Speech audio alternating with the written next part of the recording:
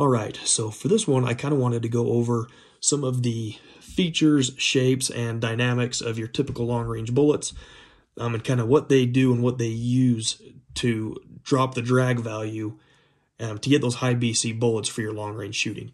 So they're all a little bit different by manufacturers, but they typically have a lot of things in common. The first one being the very end nose of the bullet is known as the mi-plate, or meplat. It's, I think, French. I don't know how to say it, and I apologize if I offend anybody, but it is the forwardmost portion of the bullet, the very end of the nose. From there, you start your big transition back to the full diameter of the bullet.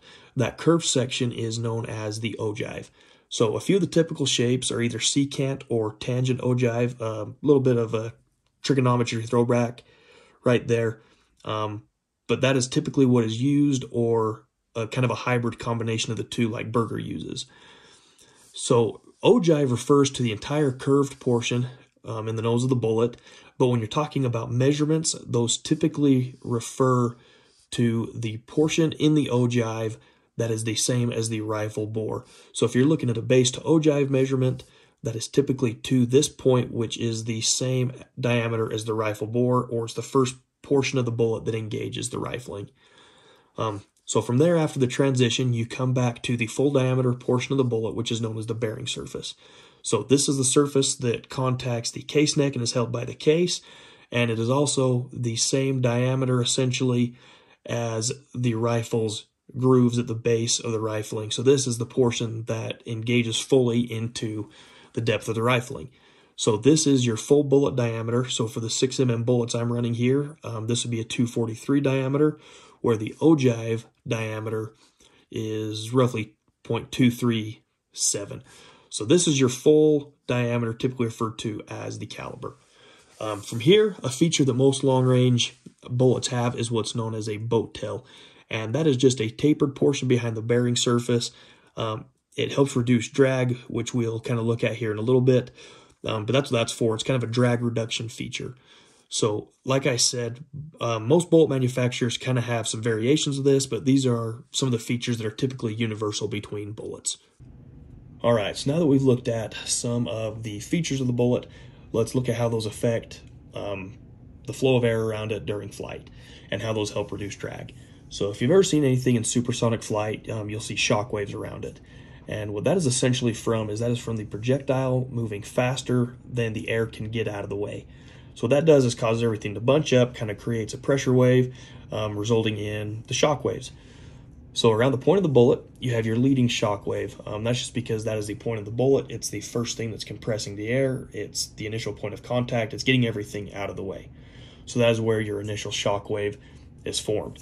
But from there, up the ogive, because it's a smooth transition, the flow can follow that smooth transition all the way up the profile, even down here to the back to the start of the boat tail. So this is why your long-range bullets have boat tails, is because what you end up with when a shock wave has to turn a corner are expansion fans.